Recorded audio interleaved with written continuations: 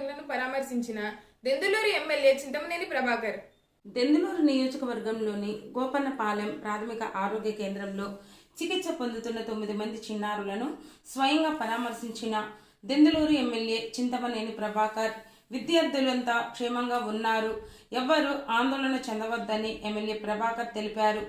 జోగన్నపాలెంలో స్థానిక ఎంపీపీ పాఠశాల విద్యార్థులు 26 మంది మధ్యాహ్న భోజనంలో ఉడకని బంగాళదుంప కూర తినడం వలన వారిలో 9 మంది చిన్నారులు స్వల్ప అస్వస్థతకు గురయ్యారు.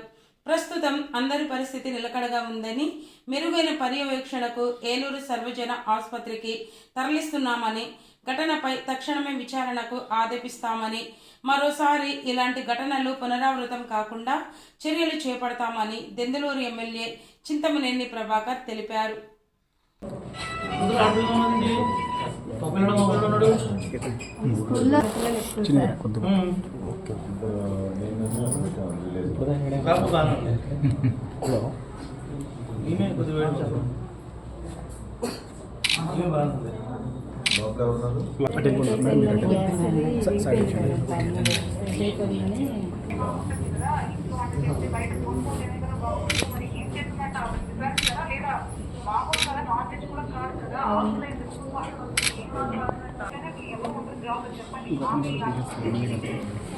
ఇంకా ఎప్పుడుందా తగ్గిందా తగ్గిందా ఇంటికి వెళ్దామా వెళ్దాం హాస్పిటల్కి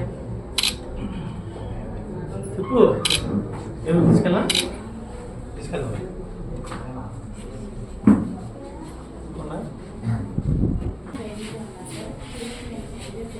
ఇక్కడ 9 మంది స్టూడెంట్స్కి ఫుడ్ పాయిజన్ అయ్యి ఇక్కడ ఉన్నారు.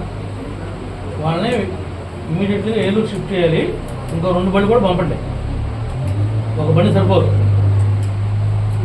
దెందులూరు మండలం జోగన్నపాలెం ఎంపీపీ స్కూల్లో 21 మంది స్టూడెంట్స్ ఉన్నారు. అక్కడ మిడ్ డే మీల్ ఫుడ్ ఏదో పాయిజన్ అయిందని చెప్పి బంగాళదుంపలో గ్యాస్ స్టవ్ సరిగ్గా పనిచేయకపోవటం వల్ల ఆమె ఇంటి దగ్గర వండుకొచ్చిందని ఇక్కడ అడగగా తెలియవచ్చింది.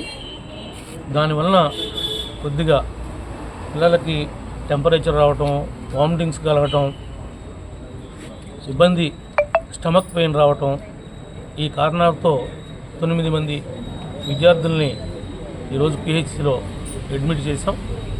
అబ్జర్వేషన్లో ఉన్నారు. ఎవరికి కూడా ప్రాణాపాయ పరిస్థితి లేదు. ఏదైనా మంచిదనే ఉద్దేశంతో వీళ్ళందరినీ ఏలూరు ప్రభుత్వ ఆసుపత్రికి అబ్జర్వేషన్లో ఉంచడం కోసం పంపించడం జరుగుతుంది. మరి ఇక్కడ ఉన్నటువంటి తహసీల్దార్లు కానీ, ఎంపీడీఓలు కానీ, నియోజకవర్గంలో కానీ, రాష్ట్రంలో ఎక్కడైనా కానీ ప్రతి వాళ్ళు విలేజ్కి వెళ్ళినప్పుడు కంపల్సరీగా స్కూల్లో ఉన్నటువంటి మధ్యాహ్నం యొక్క భోజనాన్ని పరిశీలించాలి ప్రజాప్రతినిధులు కానీ. అలాంటప్పుడు అందరిలో కూడా ఒక అవేర్నెస్ కానీ, ఒక బాధ్యత కానీ పెరగడానికి అవకాశం ఉంటుంది.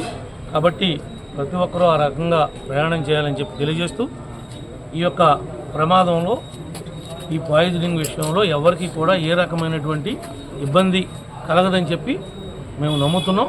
ఆ విధంగా కలగకోకుండా చూసుకునే బాధ్యత కూడా మేము తీసుకుంటామని చెప్పి కూడా ఈ సందర్భంగా తెలియజేస్తాం.